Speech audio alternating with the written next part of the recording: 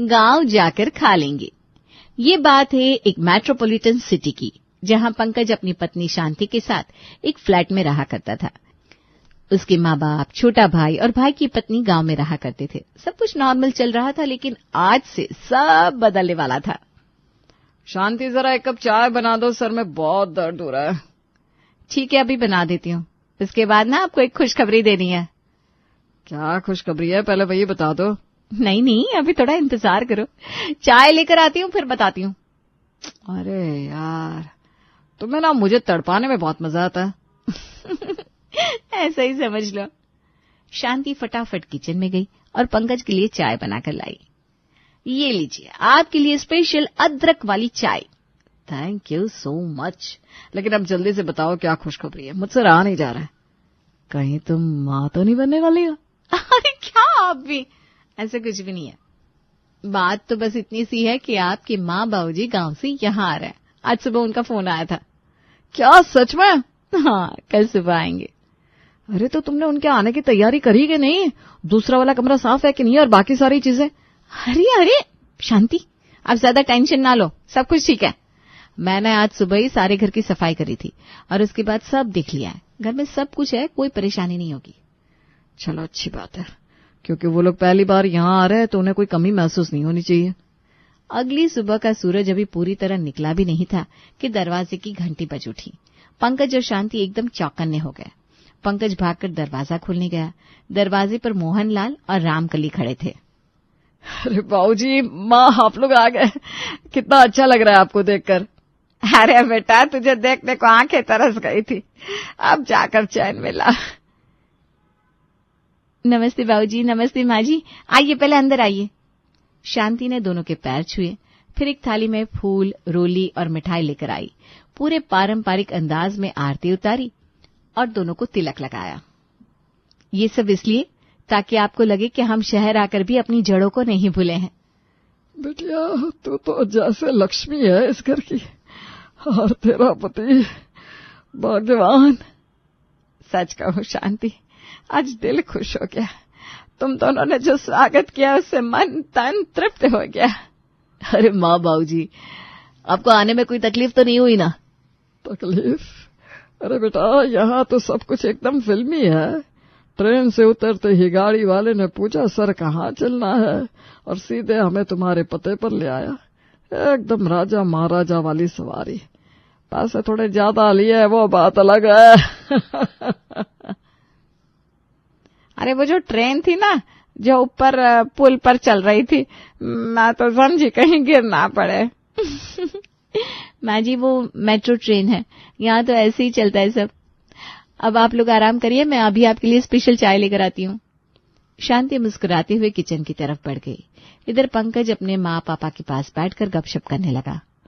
अरे बेटा, ये घर भी कमाल का है, एकदम डिब्बे जैसा, लेकिन भीतर राजा महाराजा का ठाठ।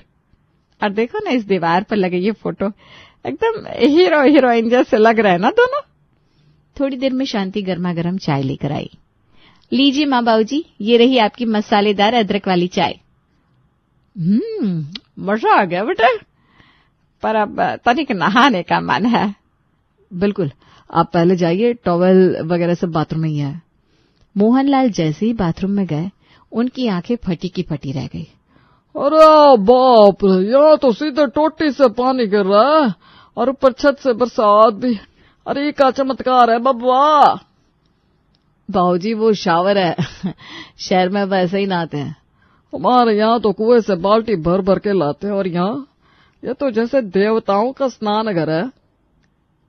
बारी अब रामकली की थी। वो जैसी किचन में गई तो उसकी साज सज्जा देखकर ठिठक गई। है भगवान, ये का रसोई है? चमचमाता गैस चूल्हा, बटन दबाते ही आग जल उठे, और ये डिब्बे जैसे गहनों की पेटी हो। माँ जी, ये सब आपकी सेवा में है। अब आप रोज मेरे साथ मिलकर खाना बनाएंगी। अच्छा, लेकिन बेटा तनिक दूध मिल जाता तो बढ़िया लगता, थकान उतर जाएगी। शांति ने फ्रिज खोला, लेकिन दूध खत्म था। पंकज तुरंत बाहर भागा और 2 पैकेट दूध के लेकर आया। उसने जैसे ही पैकेट खोले और ग्लास में दूध डाला, रामकली और मोहनलाल के चेहरे पर हैरानी छा गई। अरे बाप रे, दूध भी पन्नी में आवत है का? अब तक तो सब कुछ सही था, लेकिन जैसे ही उन्होंने दूध पिया उनका मुंह बिगड़ गया। हाय राम, ये तो पानी जैसा है, कोई मिठास ही ना है, कोई गाढ़ापन ना है। सही कह रही हो, पर अरे ठीक है, अब गांव जाकर ही असली दूध पियेंगे। यहाँ की गौआ ना शायद बीमार होंगी। ये सुनकर सब जोर से हंस पड़े। फिर थोड़ी देर बाद पंकज तो ऑफिस चला गया और शांति घर के काम में लग गई। इधर मोहनलाल एक कुर्सी पर बैठे थे और रामकली पास के सोफे पर। तभी अचानक पसीना पसीना होने लगा। न पंखा चल रहा था न एसी। अरे रामकली, क्या बात हुई? इतना बड़ा घर और हवा का नामो निशान नहीं। हाँ जी, लगता है यह हवा भी ना पैसे देकर आती है। तभी शांति अंदर आती है और दोनों को देखकर चौंक जाती है। अरे माँ जी, बाबूजी, आपने पंखा या एसी क्यों नहीं चलाया? पूरा घर भट्टी बन गया है। बेटा, हमें तो लगा यहाँ सारी चीजें खुद ब खुद चलती होंगी। नहीं बाबूजी, रुकिए मैं चालू करती हूँ। शांति ने झटपट एसी चालू किया। ठंडी हवा का झोंका आते ही मोहनलाल की आंखें फैल गई। अरे वाह, यहाँ बिजली हर वक्त आती रहती है का? हमारे गांव में तो जब मन करे तभी आती है। हाँ बाबूजी, यहाँ तो लाइट जाती ही नहीं, बस कभी कभी ट्रांसफार्मर का मूड खराब होते चली जाती है। अरे बाप रे, ये शहर तो सच में चमत्कारी है। हवा भी मशीन से आती है और बिजली कभी जाती ही नहीं। शाम होते होते सभी ने खाना खा लिया और सोने की तैयारी करने लगे। बेटा पंकज जी, पलंग बड़ा अजीब है, बहुत सख्त है। इस पर ना हड्डियां भी दुख रही हैं। हाँ, हमारी खाट होती तो अभी तक हम घोड़े बेच के सो चुके होते। अरे माँ बाबूजी, खटिया तो हमारे पास नहीं है, लेकिन फोल्डिंग वाली चारपाई है, वो लगा देता हूँ। पंकज ने झटपट फोल्डिंग चारपाई निकाली और बिछा दी। दोनों उस पर लेट तो गए, लेकिन कुछ गड़बड़ थी। ये भी कोई लेटने की चीज है का? न कमानी है न बंद। खटिया तो खटिया होती है भाई। कोई बात नहीं रामकली, कुछ दिन की बात है, फिर गांव जाकर चैन से खाट पर ही सोएंगे। रात में जब वो सोने की कोशिश करने लगे तो बाहर का शोर उनकी नींद का दुश्मन बन गया। तो ये कैसी जगह है? यहाँ गाड़ियां रात में भी सोती नहीं है का? हमारे गांव में तो रात होते ही सन्नाटा घिर आता है। यहाँ तो जैसे मेला लगा हो। किसी तरह वो रात गुजारती हैं और सुबह होते ही पंकज हॉल में आता है। बाबूजी, कैसी रही रात? क्या बता बेटा, नींद तो आई नहीं। ये शहर तो शोर गुल का राजा है। हाँ, हमारे गांव में तो झिंगुर की आवाज तक सुनाई देती है। खैर कोई बात नहीं, गांव जाकर सुकून से सो लेंगे। हाँ माँ जी, यहाँ थोड़ा शोर तो रहता ही है, पर हमें तो अब आदत हो गई है। चलिए, मैं आपके लिए नाश्ता बनाती हूँ। शांति नाश्ता ले आई। टोस्ट, बटर, कॉर्नफ्लेक्स और संतरे का जूस। बेटा ये क्या है? ये तो कागज जैसी रोटी है। और ये दाना मुर्गियों के लिए लाए हो का? माँ जी, बाबूजी, ये तो शहर का हेल्दी नाश्ता है। अच्छा, खा लेते हैं। बाकी असली नाश्ता तो गांव जाकर करेंगे। गांव जाकर करेंगे, गांव जाकर करेंगे, ये बात बार बार सुनकर पंकज और शांति थोड़े अनकंफर्टेबल हो रहे थे, मगर कुछ बोल नहीं पा रहे थे। नाश्ते के बाद मोहनलाल और रामकली बाहर ताजी हवा लेने निकले, लेकिन शहर की हवा ने उन्हें झटका दे दिया। अरे कैसी हवा है? धुआं ही धुआं है। ताजी हवा ढूंढने निकले थे और मिल गया धुआं का गुब्बार। दोनों आसपास के घरों में झांकते हैं, किसी से बात करना चाहते हैं, लेकिन कोई नहीं रुकता। ये सब कहाँ भागे जा रहे हैं? किसी के पास 2 मिनट की फुर्सत ना है। हमारे गांव में तो सब मिलजुल कर रहते थे, यहाँ तो जैसे सबको अकेलापन प्यारा है। उदास होकर दोनों वापस घर आते हैं और शांति से कहते हैं, बेटा ये शहर तो बड़ा अजीब है। हवा भी गायब, लोग भी गायब। हाँ, शहर की जिंदगी जरा भागदौड़ भरी होती है बाबूजी। कोई बात नहीं बेटा, अब ये सब भी ना गांव जाकर ही करेंगे। अब दोपहर का समय हुआ। शांति ने बड़े प्रेम से खाने की थाली सजाई। गर्मा गर्म दाल, रोटी, मिक्स वेज, चावल और मिठाई में सूजी का हलवा। मगर जैसे ही रामकली ने पहला निवाला मुंह में डाला, उसका चेहरा ऐसे बन गया जैसे जहर खा लिया हो। हे राम, ये क्या खिला दिए बहू? ये दाल में तो बिल्कुल स्वाद ना है। हमारे गांव में तो गंगा जी के जल जैसी दाल बनती है। और ये सब्जी, अरे बहू, इसमें वो असली देसी घी की खुशबू ही नहीं आ रही। लगता है ये किसी मिलावटी तेल में बनी है। नहीं बाबूजी, ये ऑर्गेनिक सब्जी है और मैंने ऑलिव ऑयल में बनाई है, बहुत हेल्दी होती है। हेल्दी? अरे बहू, गांव में हम तो दिन भर खेत में काम करके घी में तली भिंडी खाते हैं और फिर भी छप्पन की तरह चलते हैं। और ये हलवा, इसमें तो काजू का नामो निशान ना है। गांव में जब पूजा होती है ना, तब ऐसा हलवा बनता है कि खा के आत्मा तृप्त हो जाए। शांति बेचारी हर एक चीज का जस्टिफिकेशन देती रही, पर वो दोनों जैसे कसम खा चुके थे कि आज खाने की बखिया उधेड़ कर छोड़ेंगे। भाऊजी, शहर का खाना थोड़ा अलग होता है, लेकिन मैं अगली बार आपके हिसाब से बनाऊंगी। नहीं बहू, कोई बात नहीं। अब तो हम गांव जाकर ही असली स्वाद चखेंगे। यहाँ तो सब कुछ दिखावटी है। शांति ने एक फीकी सी मुस्कान दी और बर्तन समेटने लगी। रात हुई तो मोहनलाल बोला, चलो रामकली, छत पर चलते हैं। चांदनी रात में छत पर लेटना क्या सुख देता है। हाँ चलिए जी, और हवाओं की वो मीठी सरसराहट। चलो बहू। बाबूजी, हमारी अपनी छत तो नहीं है, ये फ्लैट है, लेकिन सबसे ऊपर वाली छत पर जा सकते हैं, वहीं चलिए। क्या अपनी छत नहीं? अरे भाई, छत तो घर की आत्मा होती है, बिना छत के तो घर अधूरा लगता है। खैर, सब मिलकर सबसे ऊपर छत पर पहुंचे, लेकिन वहां जाकर एक और झटका। चारों ओर फ्लड लाइट्स, हॉलोजन लैंप और झगमगाते टावर की लाइट्स में चांद ढंग से दिख ही नहीं रहा था, ना तारे दिख रहे थे। हे भगवान, ये कैसा शहर है! यहाँ तो आकाश भी झूठा लगता है। गांव में तो लगता है जैसे चांद तारे गोदी में आ जाए। चलिए रामकली, नीचे चलते हैं। अब तारे तो गांव जाकर ही देखेंगे, यहाँ तो रात भी रात जैसी ना है। अगली सुबह होते ही, रामकली, तुम्हें कुछ महसूस हो रहा है क्या? यहाँ जानवर भी नहीं दिखते, न कोई गाय, न भैंस, न बकरी। अरे गांव में तो सुबह उठते ही बकरियों की मेमियाहट, गांव की रंबाहट, पूरा संगीत बजता है। बाबूजी, अगर आप चाहे तो हम एक प्यारा सा कुत्ता पाल लेते हैं, आजकल हर किसी के घर में होता है। अरे बहू, कुत्ता कौन पालता है? हम तो गाय भैंस के लोग हैं, दूध भी मिलता है और प्यार भी। माँ, हमारी सोसाइटी में भैंस या बकरी पालने की अनुमति नहीं है, बहुत सख्त नियम है। अरे तो फिर क्या फायदा ऐसे घर का जहाँ 4 पैर वाला प्राणी भी ना पाला जा सके। चलो कोई नहीं, अब तो बकरी भी गांव जाकर ही देखेंगे। ऐसे ही कुछ दिन और बीते। हर बार हर चीज पर बस एक ही जवाब, गांव जाकर करेंगे, गांव में ही सुख है, गांव ही जीवन है। शांति और पंकज दोनों अब परेशान होने लगे थे। उन्हें लगने लगा था कि शायद ये शहर का वातावरण इन दोनों लोगों के लिए सही नहीं है। फिर एक दिन दोपहर को, सुनिए जी, मेरा मन यहाँ बिल्कुल नहीं लग रहा। तुमने तो मेरे मन की बात कह दी। यहाँ की हवा, खाना, पानी कुछ नहीं जम रहा। मैं तो कहता हूँ अब लौट चलते हैं।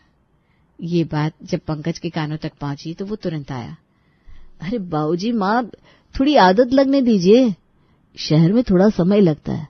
मैं तो सोच रहा था आपके लिए क्लब की मेंबरशिप करवा दूंगा। हमें क्लब शब नहीं चाहिए बेटा, हमें बस गांव की मिट्टी चाहिए, वहीं हमारी आत्मा बसती है।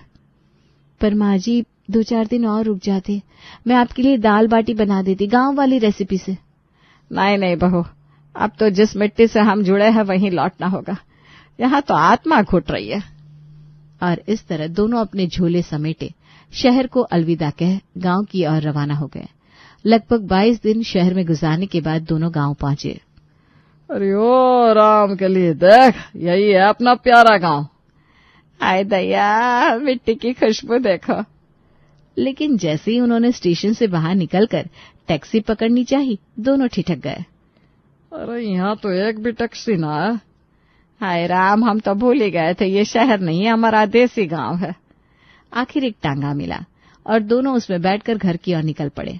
लेकिन रास्ता, वो तो धूल भरी हवाएं, कुएं जैसे गड्ढे। हाय रे किस्मत, मेरी तो कमर सीधी नहीं बची। ये रास्ता है कि मौत का जंजाल। ओ रामकली, मेरी आंखों के आगे तो अंधेरा छा गया। लगता है मेरी रीढ़ की हड्डी ने इस्तीफा दे दिया। जैसे तैसे घर पहुंचे, मनोज और मीरा बाहर निकले। अरे माँ जी, बाबूजी, आप तो पूरी तरह गांव वाले लग रहे हैं। चेहरा तो धूल में पहचाना ही नहीं जा रहा। बाबूजी ये क्या हाल बना लिया? बनाया नहीं, बस बन गया। उफ, मैं तो मर गई। जाने गांव को क्या हो गया है। माँ जी गाँव तो हमेशा ऐसा ही था, आप ही अब शहर की आदत से नाजुक हो गई हैं। हाँ रामकली, शायद अब हम वो नहीं रहे जो कभी थे। गांव तो वही है, हम बदल गए हैं। लेकिन जैसे ही दोनों आगे बढ़े तो अगले ही पल छपाक सीधा पांव गोबर में। हे भगवान, मेरी नई चप्पली तो गोबर में समा गई। अरे बाप रे बाप, भिगरी। अब तो लग रहा है गांव कोई गुस्सा निकाल रहा है। गंदे हो चुके दोनों तुरंत घर के अंदर भागे और बाथरूम में घुस गए। अरे पानी चलाओ जल्दी। छी छी, मुझे तो उपकाई आ रही है। नल का है, टोटी क्यों नहीं चल रही? बाबूजी यहाँ नल नहीं चलता, कुएं से पानी भरकर लाना पड़ता है। गांव में ये भूल गए क्या? हाय दया, अब तो नहाने से पहले मेहनत करनी पड़ेगी। कुएं से पानी भरकर नहाने के बाद दोनों जैसे तैसे बैठे तो मीरा खाना लेकर आई। लीजिए माँ जी, बाबूजी, गर्मा गर्म बैंगन का भरता और सरसों के तेल वाली पूरियां। पहला निवाला लेते ही दोनों के मुंह बिगड़ गए। ये खाना है या तेल का कुआं? पूड़ी से तेल टपक नहीं रहा, बह रहा है। अरे मेरे तो होठ फिसल गए इस पूड़ी पर। मेरा बिटिया, ये खाना नहीं तेल के न दिया। माँ जी बाबूजी, गाँव में तो खाना ऐसे ही होता है, शहर की सलाद थोड़ी न मिलेगी यहाँ। रामकली, लगता है हम शहरी हो गए। पहले गोबर स्नान, फिर कुएं का स्नान, अब तेल का स्नान। गांव वापस आना आसान नहीं है जी। शाम ढल चुकी थी। गांव की सड़कों पर अंधेरा उतर आया था। घर के आंगन में सिर्फ चांदनी का उजाला था, लेकिन बिजली, उसका तो सुबह से अता पता नहीं था। अरे कितनी गर्मियां है राम, पंखा होता तो जान में जान आती। हाय दया, ये मच्छर है या ड्रैकुला का खानदान, खून चूस चूस कर भोज बना रहे। शहर में तो एसी चलता था, आरामदायक गद्दा, मच्छर तो दूर दूर तक नहीं। और यहाँ राम राम राम राम। हे भगवान, लगता है गांव वालों की चमड़ी लोहे की होती है, जो ये सब झेल जाते हैं। रात भर दोनों करवटें बदलते रहे। नींद तो जैसे रूठ गई थी और मच्छरों की पार्टी चालू थी। बस अब और नहीं, रामकली सामान मान, हम आज ही शहर वापस जा रहे हैं। हाँ, मेरी भी कमर जवाब दे चुकी है। यह गांव हमसे नहीं संभल रहा। बाबूजी, गांव की या शहर की कोई गलती ना है, दिक्कत आपको आपकी आदतों से है। हाँ माँ जी, आप लोग हर बात में शिकायत करते हो। आराम चाहिए तो आराम नहीं मिलेगा, संतोष चाहिए तो हर जगह मिलेगा। क्या मतलब? हम तो बस मतलब ये कि आप गांव में रहे तो वहां की शिकायत, शहर में रहे तो वहां की। दिक्कत बाहर नहीं है, अंदर है बाबूजी। तुम लोग सिखाओगे अब हमें जीने का तरीका? नहीं माँ जी, बस समझा रहे हैं कि जहाँ है वहाँ दिल से रहना सीख लो, वरना कहीं भी जाओ सुकून नहीं मिलेगा। गुस्से में आकर मोहनलाल और रामकली ने तुरंत निकलने का फैसला कर लिया। कई घंटे की मशक्कत के बाद जैसे तैसे स्टेशन पहुंचे और फिर ट्रेन पकड़कर शहर लौट गए। लगता है गांव में फिर नहीं बनी आप दोनों की। कोई बात नहीं, आइए यहीं आराम कीजिए। ज्यादा हंसो मत, तुम्हारे यहाँ रहकर ही तो हमारी आदतें बिगड़ गई है। नहीं माँ, आदतें नहीं, बस एक आदत, शिकायत करने की आदत। गांव हो या शहर, दोनों में अच्छाई बुराई होती है, फर्क है तो सोच का। इस बार बात सीधी दिल में लगी। मोहनलाल और रामकली एक दूसरे को देखने लगे। कुछ पल के लिए चुप्पी छा गई। उन्हें समझ में आ गया कि उनके लड़के सही कह रहे हैं। यही बात मनोज कह रहा था, शायद तुम लोग सही कह रहे हो। हाँ, अब हम संतुष्ट रहेंगे, वादा। अब जब वो फिर से शहर में रहने लगे, उन्होंने कोई शिकायत नहीं की। अब उन्होंने एडजस्ट करना सीख लिया था।